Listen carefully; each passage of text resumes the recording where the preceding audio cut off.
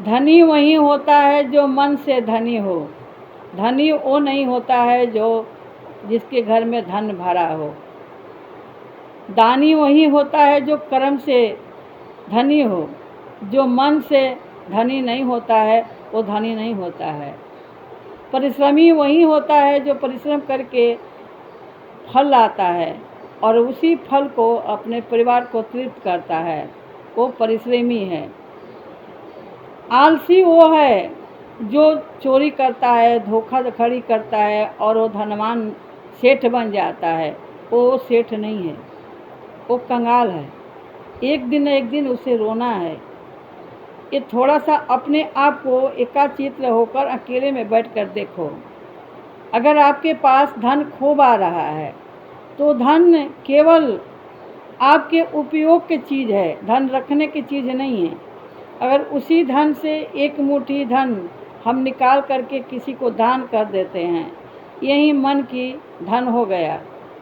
ना होते हुए भी आपका मन बहुत बड़ा है और ऐसे जगह पर आप दान कर रहे हो जहाँ पे बहुत ही ज़रूरत है। जैसे अभी का मौसम देख लो, कितना गर्मी तप रहा है। अप्रैल महीना ही है और शुरू में ही गर्मी तेज़ हो गया।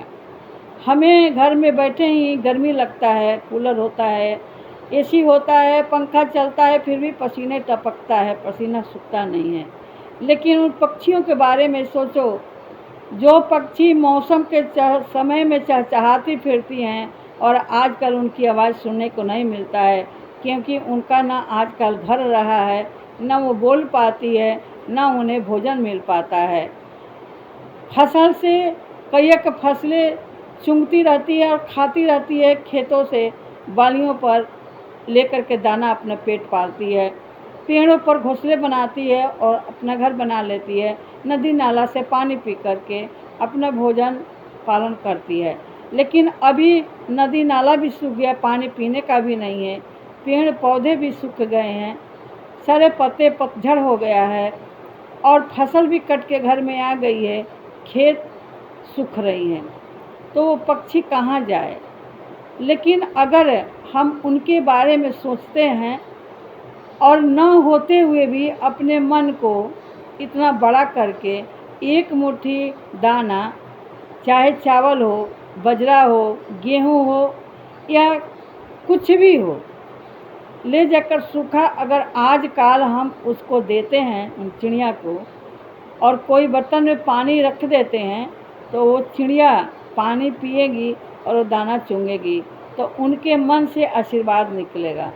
जब आशीर्वाद निकलेगा तो आपके घर में जो है उससे भी दोगुना होगा। और जो ऐसा नहीं करता है, भगा देता है और मुट्ठी बांध कर रहता है, तो उसके घर में हो कर के भी उड़ जाएगा, क्योंकि उसका मन बड़ा है ही नहीं।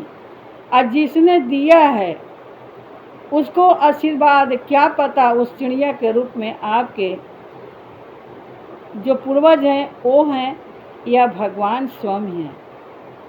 तो जिनके घर में चिड़िया का चहचहाट हो, कबूतर की आवाज़ हो, गायों की आवाज़ हो, उनके घर में तो बरकत आएगी ही। उनके बच्चे दूनी चौगुनी बढ़ेंगे और उनका तरक्की होगा। रुपए की गड्डी रख कर के सोना कोई बड़ी बात नहीं है, चोर भी सोता है, तो क्या वो खुश है? एक बार सोच करके देखो कि रुपए की गड्डी पर सोने वाला भी दुखी है।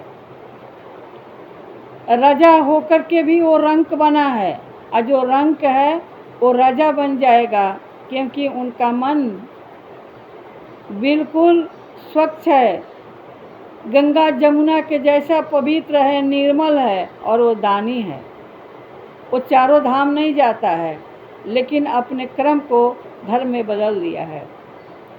यही भगवान कहते हैं कि यहीं पर ईश्वर है, यही चारों धाम है। अपने माता पिता के चरणों में चारों धाम है।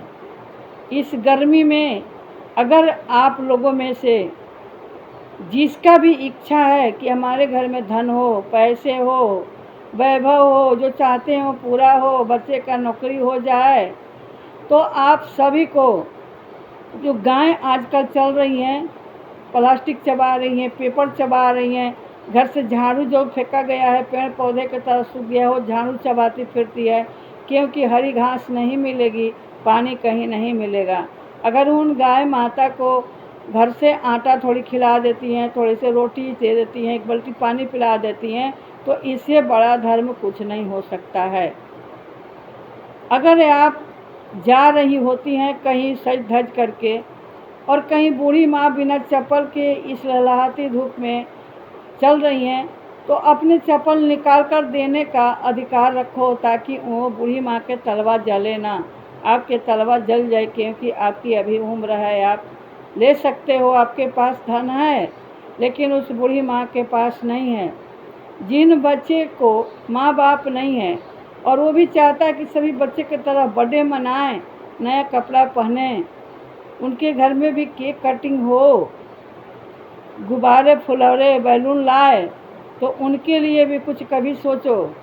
कभी समय पर अमावस्या हो या कोई दिन हो या ऐसे ही दिन हो, अचानक से आपके मन में आना चाहिए, जब आपके बच्चे का बर्थडे होता है तो वैसे बच्चे को जा कर के केक कटवा सकते हो, कपड़ा पहना देते हो, तो वो बच्चा के आशीर्वाद से, पता है बाबा बालकनाथ जो कहते हैं ना कि हम रामेश्वर धाम जाएंगे, हम द्वारिका धाम जाएंगे, हम लड्डू गोपाल को लाएंगे, और पता नहीं कहाँ कहाँ जाते हैं, तो वो लड्डू गोपाल के रूप में वही है बालक जो आपके घर में दस्तक दे रहे हैं, साक्षात दर्शन दे रहे हैं। क्या पता उस रूप में आपके घर आए हैं, तो उन बच्चे को अपने मन से, आत्मा से ज़रूर ही कोशिश करना कि जो बच्चा रो रहा है कि मेरा बर्थडे हो, तो बर्थडे भी कराना है, नया कपड़े देना है, बैलून देना है। तब आपका मनुष्य जन्म जो जोनी मिला है वो निस्वार्थ भाव से आपका धर्म आगे जाएगा। और यही कितार्थ है, कितार्थ करना चाहिए। केवल पैसा कमाना हमारा धर्म नहीं है, हमें धर्म करना भी धर्म है। हमें धर्म ही सिखाता है आगे बढ़ने के लिए, और इसी कदम पर चलते हुए हम आगे बढ़ते हैं, और हमारा किया हुआ हमारे जो बच्चे हैं वो देखते चलते हैं। इसलिए समय समय पर हमें करना चाहिए, तभी हमारे घर में लक्ष्मी आएगी। और जब हम दान किसी को करते हैं तो निष्काम भाव से करें, मन में एक छाया लेकर नहीं कि इसको दिए हैं तो कल हमारे घर में ऐसे ही हो जाएगा, ऐसा कदापि नहीं सोचना है। निष्काम भाव से हमें दान करना है, तब उस दान को भगवान भी देखते हैं, क्योंकि भगवान के जो पैनी है ना बहुत तेज है, चारों तरफ नज़र रखते हैं। इसलिए समय समय पर हमें इस समय खास करके अवश्य ही चिड़िया को दाना देना है, पानी पिलाना है, गायों को देना है, बूढ़े माँ बाप को या मजदूर जो काम करते रहते हैं, घर से कोसों दूर जाते हैं, छाए में बैठ जाते हैं, पानी नहीं लेकर आते हैं, पानी ठंडा ढूंढते फिरते हैं, वैसे को पानी पिलाना भी हमारा धर्म बनता है। तो पानी पिलाइए, खूब तरक्की करेंगे, खूब आगे बढ़ेंगे। जहाँ तक मेरी सोच है यही समझा रही है, इसलिए मैंने आप लोग के साथ शेयर किया है। मेरी बात अगर आप लोग को अच्छी लगी हो तो एक लाइक, कमेंट और ज्वाइन ज़रूर कीजिएगा। फिर से मैं एक वीडियो लेकर के आऊँगी न्यू अंदाज में। तब तक के लिए जय श्री राम, राधे श्याम।